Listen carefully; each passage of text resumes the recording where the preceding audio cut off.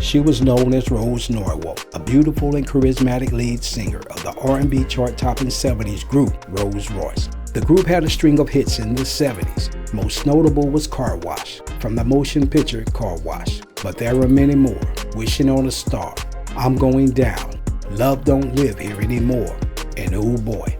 Over the years, there have been many popular artists recording covers of I'm Going Down and Wishing on a Star, from Mary J. Blige to Beyonce, and she even did a feature with Jay-Z. But little is known about the life of Rose Norwalt before the fortune and fame. Where did she come from? How did she get her start singing? In this video, I intend to shed light on the backstory of Gwen Dickey, the original lead singer of Rolls Royce.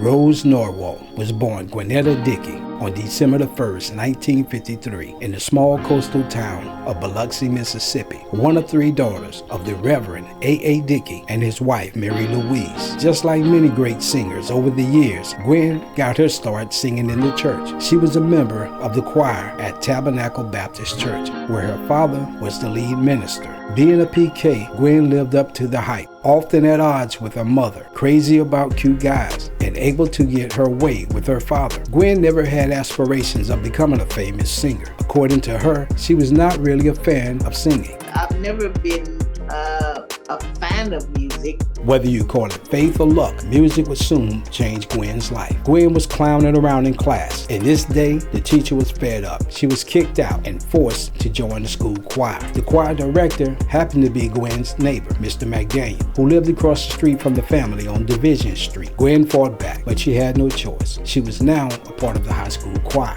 During rehearsal for an upcoming school assembly, Mr. McDaniels announced Gwen and another student would sing the lead vocals. Gwen rebelled, telling the teacher that she wouldn't do it. He gave her an ultimatum: either sing the song or risk failing his class and being held back while her friends moved on to the next grade. But during that assembly, Gwen realized she had something special. We did the assembly, and when it came to my time to sing, when I finished singing, the whole auditorium stood up and applauded. Principals, teachers, everybody. And I'm looking around, I'm like, what are they doing that for? And everybody was all over me after the day goes, oh my God, you were amazing. And I was like, really? And that was kind of like the beginning for me to know that people thought I had a good voice. As I said, I was never really a fan of singing. I was more interested in the cute guy than singing.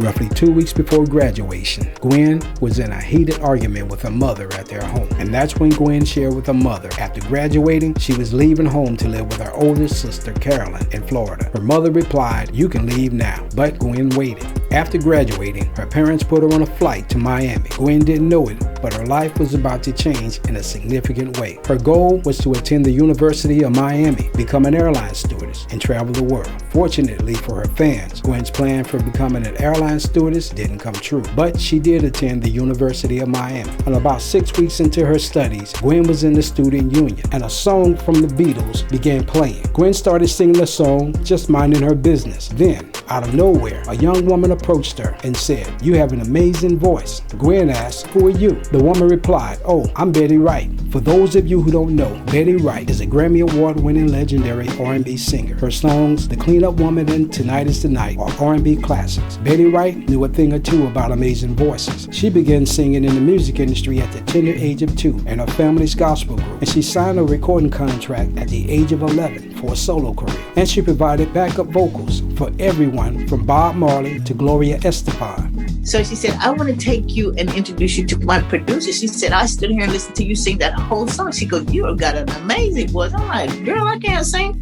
I don't want to meet no producers." As time passed, Betty wore Gwen down, and she gave in. She decided to meet with Betty's producer. That meeting would lead to Gwen joining the group Friday, Saturday, and Sunday. The other 2 female singers were named Friday and Saturday, and Gwen was now Sunday. The group performed throughout South Florida, even opening for the legendary James Brown. But for Gwen, it was just all fun and games. She still had no aspirations of a life in the music industry. Her goal was to become an airline stewardess. As time passed, Gwen joined another group named Jewel. While singing in a nightclub in Fort Lauderdale, Florida, she was approached by Joe Harris, the lead singer of the Undisputed Truth. He tells her, "I want to introduce you to my producer. His name is Norman Whitfield. We're going to fly you to LA." Even with all the confirmation from professionals like Betty Wright and Joe Harris, Gwen was not convinced that she had a great voice. But she accepted the invitation to meet with Norman Whitfield in Beverly Hills, California, where she joined the band Rolls Royce, and she never looked back.